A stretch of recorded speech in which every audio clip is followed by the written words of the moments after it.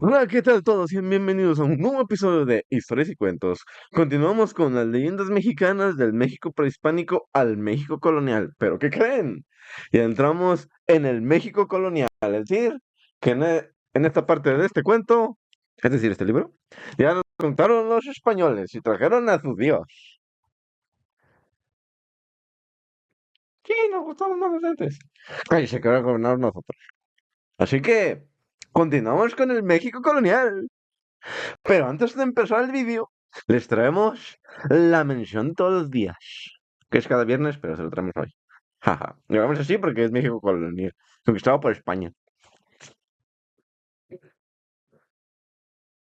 Pues recordamos que las chicas de Moon Potion quieren acompañarte en tu día a día a convertir lo cotidiano en un ritual placentero, donde puedas conectar con tus sentidos mientras cuidan de ti. Ellas están convencidas que a través de sus productos pueden compartir contigo la idea de concientizar en la importancia del cuidado de tu alma, mente y cuerpo.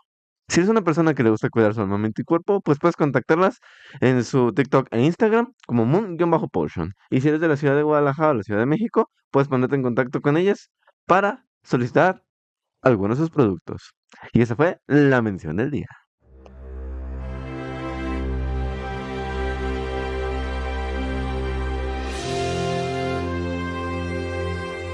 Bueno, antes de comenzar el video, quiero agradecerles a todos ustedes por traernos este año 2024 lleno de visualizaciones y que nos gracias por habernos escuchado. Ya somos 15 en Spotify y 3 en YouTube. Muchas gracias por habernos seguido. Y pues gracias por haber logrado que el episodio del Diluvio Huichol, que fue hasta ahorita el más escuchado con 175 vistas, haya logrado eso. Pues quiero agradecerle muchas gracias. Y espero que este 2025 sigamos creciendo y nos dejen seguir continuando, llegar hasta sus casas. Pues de antemano les agradezco mucho. Y recuerden, yo soy Moon, su narrador de historias. Vamos con las de el día de hoy. Leyendas del México colonial. Pues sí, si escuchan que estamos hablando como españoles es porque es del México colonial. Y recuerden que México fue conquistado en la colonia por los españoles. Así que va a haber muchos acentos españoles por este final del libro. Sí, no lo creo. Cállate.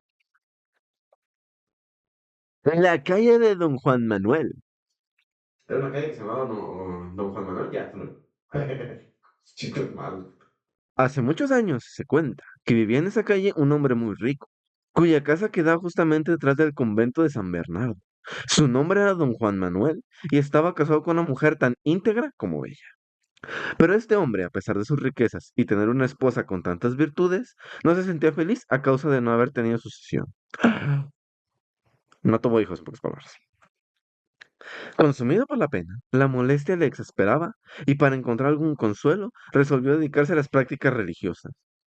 Pero tanto es así que no satisfecho con asistir a la iglesia casi todos los días, intentó separarse de su esposa y hacerse fraile en San Francisco.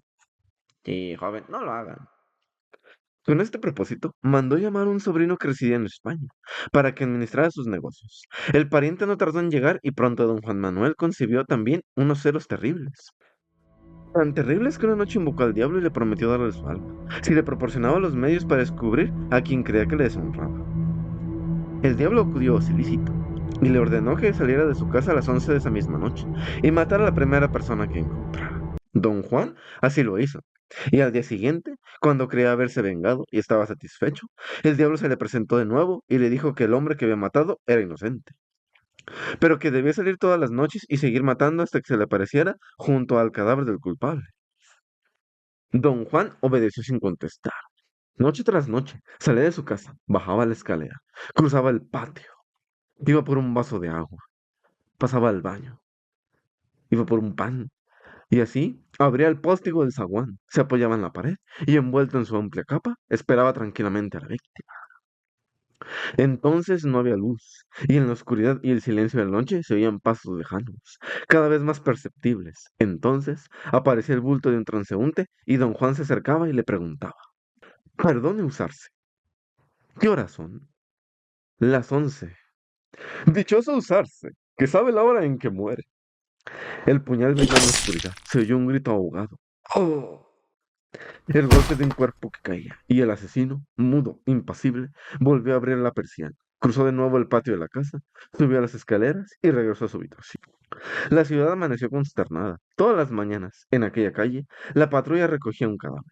Y nadie se explicaba el misterio de aquellos asesinatos tan truculentos como frecuentes. Uno de esos días, tan temprano, la patrulla condujo un cadáver hasta la casa de don Juan Manuel, y éste vio y reconoció a su sobrino, al que tanto quería, el que debía la conservación de su fortuna. Al verlo, don Juan trató de disimular, pero un terrible remordimiento conmovió todo su ser, y pálido, tembloroso, arrepentido y con sueño, se dirigió al convento de San Francisco. Entró en la celda de un sabio y santo religioso, y arrojándose a sus pies y abrazando sus rodillas, le confesó uno a uno todos sus pecados, todos sus crímenes engendrados por el espíritu del grandioso Lucifer, a quien había prometido entregar su alma. El reverendo le escuchó con calma de un juez y la serenidad de un hombre justo, y cuando don Juan terminó, le ordenó como penitencia que durante 3 noches consecutivas fuera a las 11 en punto a rezar un rosario al pie de la horca, en exoneración de sus faltas y para absolverle de la culpa. Don Juan trató de cumplirlo, pero no había recorrido todas las cuentas de su rosario en la primera noche, cuando oyó una voz en sepulcral que le imploraba en tono doloroso. Un Padre Nuestro y una Ave María por el alma de don Juan Manuel. Un Padre Nuestro y una Ave María por el alma de don Juan Manuel. Se quedó mudo. Se recuperó inmediatamente. Se fue a casa y sin cerrar los ojos ni un minuto, esperó que amaneciera para contarle a su confesor lo que había oído. Vuelvo esta misma noche, le dijo el religioso. Considere que esto ha sido dispuesto por el que todo lo sabe para salvar su ánima y reflexione que el miedo que se lo ha inspirado el demonio con un ardid por apartarlo del buen camino. Y haga la señal de la cruz cuando sienta espanto.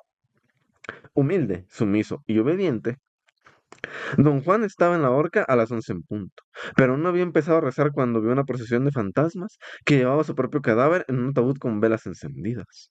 Más muerto que vivo, tembloroso y despeinado, se presentó al día siguiente en el convento de San Francisco. Padre, le dijo, por Dios, por su santa y bendita madre, antes de morirme, concédame la absolución. Es que ya me persigue la muerte. El religioso se conmovió y juzgando que sería poco caritativo retrasar más el perdón, le absolvió finalmente y exigiéndole, por última vez, que fuera esa misma noche a rezar el rosario que le faltaba. ¿Qué fue del penitente? Dice la leyenda. ¿Qué pasó allí? Nadie lo sabe, nadie lo supo, pero aquí se los venimos a contar. Y solo se añade la tradición de que al amanecer fue colgado de la horca pública un cadáver del riquísimo señor don Juan Manuel de Solórzano, particular que había sido del marqués de Catedrayta. El pueblo dijo desde entonces que don Juan Manuel había sido colgado por los ángeles, y la tradición lo repite, y lo seguirá repitiendo por los siglos de los siglos santos, y ya saben la palabra, yo no lo voy a decir. El llano del diablo. Un grupo de guerrilleros buscaban descanso en algún rancho. Al caer una tarde serena, a través de una extensa llanura pedregosa, llena de arbustos secos, un paso lento y aspecto agotado, los acompañaba el jefe mérmero, que cabalgaba elegantemente a su lado. Llevaba un sombrero bordado en plata y oro, y una camiseta escarlata, la pistola en la cintura, el zarape colorido en las piernas, y el asta dura incrustada. De vez en cuando se oía el canto de un soldado, y los estándares rojos flotaban en lo alto de las lanzas. Una estela de polvo quedaba en los caminos improvisados, los caballos relinchaban, adivinando el rancho cercano y el ladrido lejano de los perros del fondo. Ya más cerca, los habitantes del rancho salen a su encuentro. Curiosos, allí los soldados se detienen para pasar la noche. Ya oscuro, se encienden las hogueras que iluminan los tejados cubiertos de enredaderas. Y los soldados cantan sus tristes canciones de amores, peleas y ausencias. Poco a poco las voces se acallan y solo se oye el viento que gime entre la maleza. Todos duermen, excepto el jefe que vigila, alerta y siempre al tanto. El silencio es profundo, parece que el mundo entero duerme. De repente, un murmullo lejano comienza a oírse, cada vez más fuerte.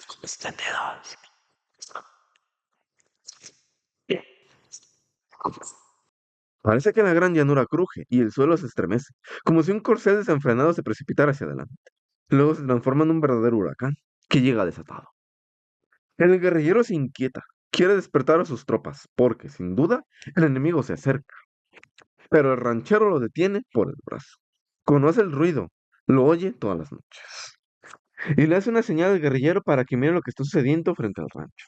Y el soldado ve en ese instante como un corcel desbocado cruza más rápido de lo que pensaba, arrancando zarzas, destrozando ramas secas y haciendo saltar chispas de fuego de los pedernales de la llanura.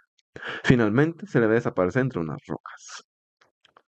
Dios nos valga, dice el guerrillero. El ranchero comprende su miedo. Así se sentía él, al principio, y todos los habitantes de las llanuras. Pero ya estaban acostumbrados y lo veían con calma. Y se le contó la historia para que no olvidara aquella noche que el destino les había destinado a pasar juntos bajo el cielo estrellado. En otros tiempos, contó el ranchero, este fue un campo hermoso, lleno de colores y armonías. Había ríos y bosques de limoneros y plantas y flores. Zumbaban las abejas, cantaban los jilgueros, se arrullaban las palomas y temblaban gozosas las mariposas blancas. Porque en ese tiempo no había colores. Había arroyos y lagos y bellas palmas. Y una vez vino aquí un hombre viejo a establecerse, que traía una hija jovencita, bella y encantadora. ¡Ah, qué preciosa era la condenada! En pocos días, como obra de la hechicería, estuvo hecha la casa en la que habían... Como obra de hechicería, estuvo hecha la casa en la que habían de vivir. No tenían pastores ni servidores de ninguna clase. Y al poco tiempo sus rebaños eran numerosos, mansos, y no mostraban temer la presencia del tigre. El viejo estaba siempre en contacto con brujas y hechiceras, y en las noches de tormenta, toda la corte del diablo se reunía en estos lugares. Yo lo vi con estos ojos que se han de comer los gusanos. Nadie se atrevía a pasar por allí, porque las brujas se veían pasar por el aire y se oían risas satánicas que helaban la sangre de terror. Entre los árboles se oían gritos lastimeros. ¿Por qué? Según la historia, el pueblo se le sacrificaba a los niños recién nacidos traídos por las brujas desde muy lejos. Así transcurrió el tiempo para el anciano, entre maldades y tratos misteriosos. La joven era pura y tan cristiana que los espíritus malignos nunca pudieron someterla. Vivía triste y recluida, pero su belleza la delataba, porque todos la admiraban y envidiaban su pureza. El mismísimo diablo se enamoró de ella y la pidió en matrimonio al padre, que pactó con el maligno el horrendo sacrificio de su hija. Fijaron el lugar y la hora de la boda, sin decir nada a la muchacha, porque sabía que en ese asunto no tendría que contar con su obediencia, para forzarla en el momento oportuno disponiendo de todo el poder del infierno. Cuando llega la noche elegida por Satanás, toda la corte de brujas y hechiceros se reúnen para celebrar la fiesta con pompa infernal. Puro heavy metal, rock y whisky. Los fantasmas bajaban de las lejanas montañas. Otros emergen de la tierra. Llegan dragones con alas de murciélagos y toda clase de horrendas alimañas. Ahí estaba mi suegra también.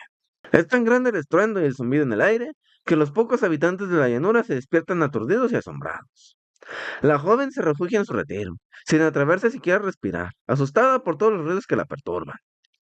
Aprieta contra su pecho una pequeña cruz de madera, que ha hecho con dos ramitas mientras reza a Dios pidiendo ayuda y protección. De repente, oye abrirse la puerta y siente que unos brazos desconocidos la agarran y la sacan afuera. La niña mantiene su cruz en las manos y besándola con fervor, implora la ayuda divina. Cuando oye pronunciar el nombre de Dios en voz alta, los espíritus malignos retroceden y nadie se atreve a acercarse a ella, ni al símbolo que empuña enloqueciendo por el miedo. La joven corrió hacia la llanura, perseguida por el anciano, sin dejar de rezar. Sentía los pasos de su padre cada vez más cerca, y parecía que por fin iba a alcanzarla. Y con más desesperación reza e implora. De repente, un caballo blanco llega en veloz carrera y se humilla a sus pies. Sin pensarlo, la joven salta sobre la montura y se entrega a las manos de Dios. El caballo la lleva por la llanura como si fuera una estrella fugaz. ¡Uf! Al instante desaparecen más allá de las montañas. Los monstruos intentan volar tras ella, lanzando espantosos aullidos, pero en ese momento un terrible rayo deslumbra despacio y un trueno retumba en la llanura. De las nubes llovió fuego en lugar de agua, y los manantiales y arroyos se secaron. Los árboles y las plantas ardieron. El ganado murió y los pájaros y las mariposas desaparecieron. Los espíritus malignos desaparecieron con Satanás en las entrañas de la tierra, pues su novia se tuvo que retirar. Y el anciano y su casa desaparecieron a la mañana siguiente. Al amanecer, en una iglesia de México, ¿sabe cuál sea? Pero fue en la iglesia de México. Se vio a la muchacha de la llanura arrodillada, rezando ante el altar mayor. Solo un milagro pudo llevarla hasta allí, desde tan lejos, en tan poco tiempo. Cuando el ranchero terminó su relato, El lucero del alba brillaba con fuerza. La tropa se levanta, los caballos están listos y se ponen de nuevo en marcha. El jefe, al frente, contempla la árida extensión y mira atentamente las piedras negras entre las que pasaban. Y comprende por qué, desde la época de la conquista, siempre se le ha llamado el Llano del Diablo. El puente del clérigo. En el año de 1649, cuando ocurrió esta historia real, que con el paso de los años se convirtió en una macabra leyenda, el sitio donde ocurrieron estos hechos, según consta en las antiguas crónicas, era simplemente unos llanos donde se construyeron unas cuantas casas como parte de la antigua comunidad de Santiago Tlatelolco. Sin embargo, justo al otro lado de la acequia llamada Texontlali, cuyas aguas desembocaban en la laguna, junto al mercado de la Lagunilla, siglos después, había unas casas de muy buena factura en una de las cuales, y al otro lado del puente que existía sobre dicha acequia, hecho de mampostería con arco de medio punto y alta balustrada, vivía un religioso llamado Don Juan de Nava, que oficiaba en el templo de Santa Catarina. Este sacerdote tenía a su cargo una sobrina, muy bien parecida y en la edad en que sueña con un marido, llamada Margarita Jauregui. El tercer personaje de esta increíble pero verdadera historia que aparece en la página 231 de las Memorias de Fray Marcos López y Rueda, que fue obispo de Yucatán y rey provisional de Nueva España, fue un caballero portugués de muy buena presencia y malos modales llamado Don Duarte de Sarraza. Como era de familia ilustre, el galán portugués solía asistir a las fiestas y celebraciones coloniales. Y, como Margarita Jauregui, al ser la hija de un afortunado caballero, también tenía acceso a los salones de palacio una vez se encontraron en una de esas fiestas. Conocer a tan bella dama y empezar a enamorarse de ella fue todo para el encaprichado portugués, que indagó y acudió a la casa del fraile situada al otro lado del puente de la citada acequia. Sus requerimientos, su frecuente presencia, sus regalos y sus encendidas cartas no tardaron en enardecer el pecho de doña Margarita Jauregui, que estaba en el punto justo de edad para el matrimonio, por lo que pronto accedió a las peticiones amorosas del portugués. Pero don Fray Juan de Nava también investigó muchas cosas sobre don Duarte de Sarraz y se enteró de que en su tierra, además de haber dejado muchas deudas, abandonó a dos mujeres con su respectiva descendencia, que aquí, en la capital de la Nueva España, llevaba una vida disipada y silenciosa, y que vivía en la casa de la Galla y se exhibía con las barraganas bárbaras. Además, tenía varios amantes en distintos puntos de ciudad y mantenía relaciones con 10 doncellas. ¡Ay, don Duarte de esa raza, qué galán! Por todo ello, el cura Juan de Nava prohibió terminantemente a su sobrina que aceptara los amores del amante portugués. Pero ni Margarita ni don Duarte Galán hicieron caso de las advertencias del clérigo y continuaron con sus amores a espaldas de su tío. En dos ocasiones, el cura Juan de Nava habló con el llamado Duarte de Sarraza en tono violento, prohibiéndole acercarse a su casa o al puente de la acequia de Tezontlali. Pero en respuesta recibió blasfemias, burlas y altanería por parte del portugués. Y el cura se opuso tanto a estos amores y reprendió tantas veces a la sobrina y a Sarraza, que éste decidió destituir al clérigo porque, según dijo, nadie podía oponerse a sus deseos. Siguiendo al pie de la letra viejas y desleales crónicas, sabemos que el perverso portugués decidió matar al clérigo precisamente el 3 de abril de ese año de 1649, y a tal efecto fue decirle a Margarita Jauregui que ya que su tío guardián no les dejaba casarse, debían huir para casarse en la Puebla de los Ángeles. La bella mujer aceptó seguir el apuesto hombre, burlando la voluntad del cura. El día señalado estaba hablado por la ventana de la casa a punto de anochecer, cuando Duarte de Sarraza vio venir al cura acercándose al puente sobre la acequia de Texontlali y sin decir nada a Margarita salió del balcón y corrió hacia el puente. No se sabe lo que dijeron, o más bien lo que dijeron al clérigo y el portugués. O más bien lo que dijeron el clérigo y el portugués. Pero de repente, Duarte de Sarraza sacó un puñal con el escudo de su casa portuguesa grabado en el pomo y le dio un golpe furioso al cura en el cráneo. El sacerdote cayó herido de muerte y los portugueses lo arrastraron unos pasos y lo arrojaron a las aguas fangosas de la zanja sobre la balustra del puente. Como era conocida la oposición del clérigo a sus amores con Margarita, su sobrina, Duarte de Sarraza, decidió esconderse primero y huir después a Veracruz, donde permaneció cerca de un año. Pasado ese tiempo, el portugués regresó a la capital de la Nueva España y decidió ir a ver a Margarita Jauregui para pedirle que huyera con él, ya que el cura de su tío había muerto. Esperó la noche y se encaminó hacia el rumbo norte, por el lado de Tlatelolco. Llegó al puente de la acequia, pero no pudo cruzarlo. De hecho, nunca llegó a cruzarlo con vida. Al día siguiente por la mañana los transeúntes lo descubrieron muerto, con el rostro horriblemente desfigurado por una mueca de horror.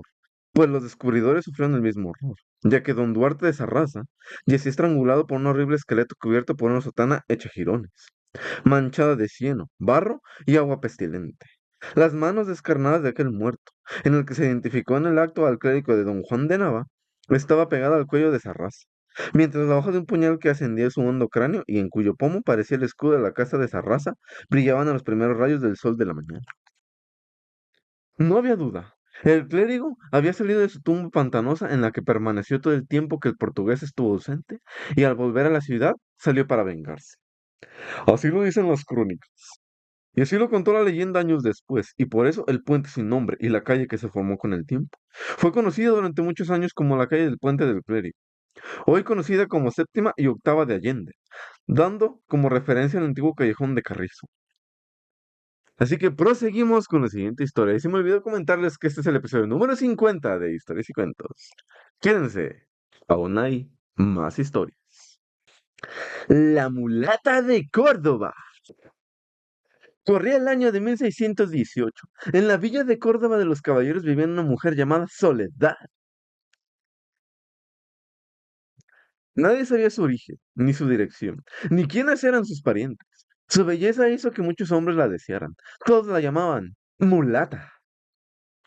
Había versiones sobre ella que todos consideraban creíbles, aunque parecían exageradas, de que era una bruja, una hechicera, una mujer peligrosa que había hecho un pacto con el diablo. Sí, señor, con el mismísimo Lucifer. Sin embargo, aunque se decía que en su casa se observaban luces extrañas después de la puesta de sol, como si estuviera celebrando algún ritual, nunca fue posible obtener pruebas fehacientes de estas actividades secretas. Sin embargo, era cierto que se la consideraba una poderosa hechicera, sobre todo en el ámbito dedicado a los milagros casi imposibles de realizar. Quienes acudían a ella se curaban de enfermedades incurables.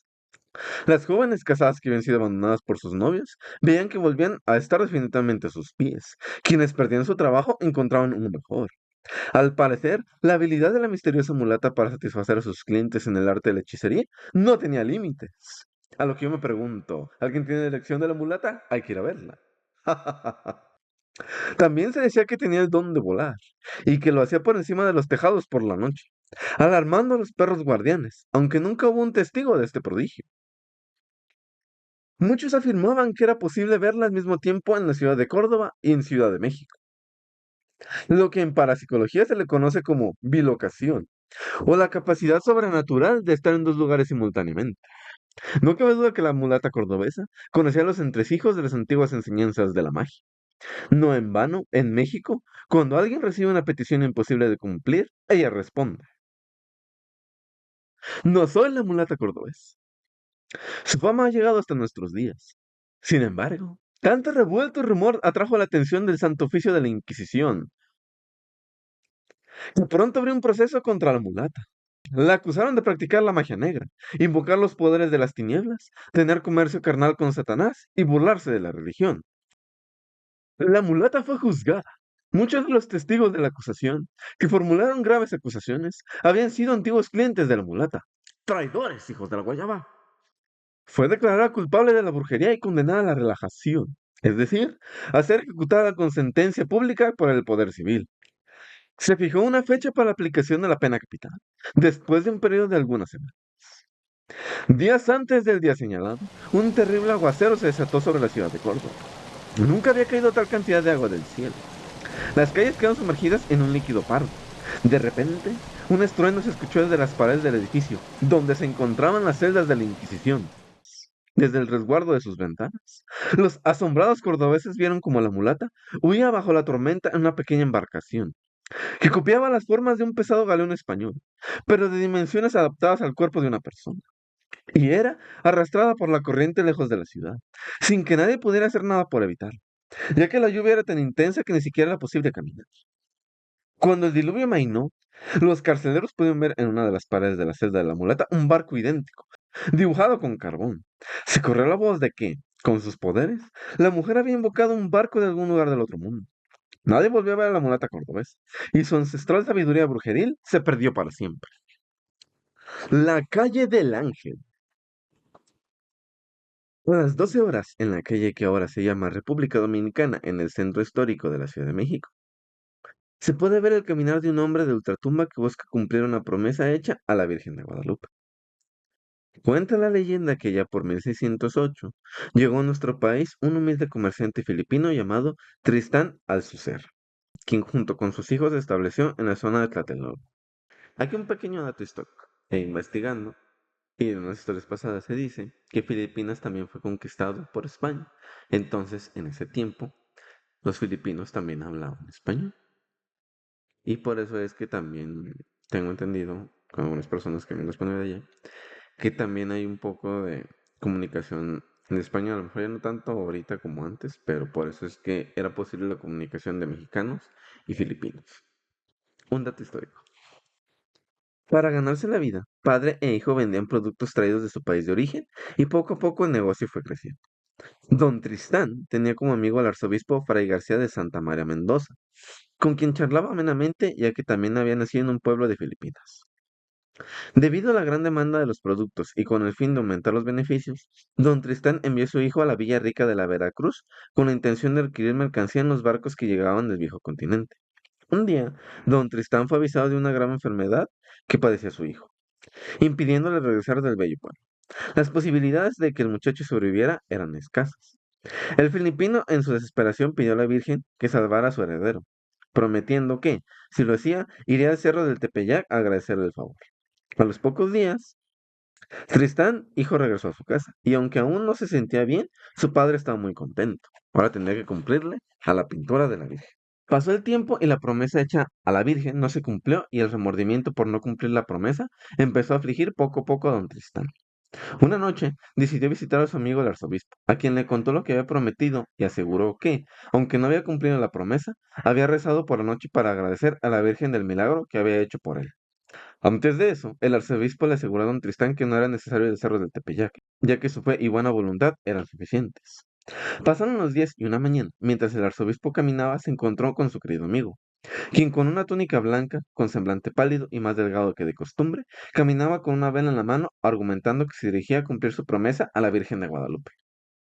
Preocupado por el aspecto de don Tristán, el arzobispo decidió visitarlo en su casa por la tarde, pero la sorpresa que recibió lo dejó realmente atónito.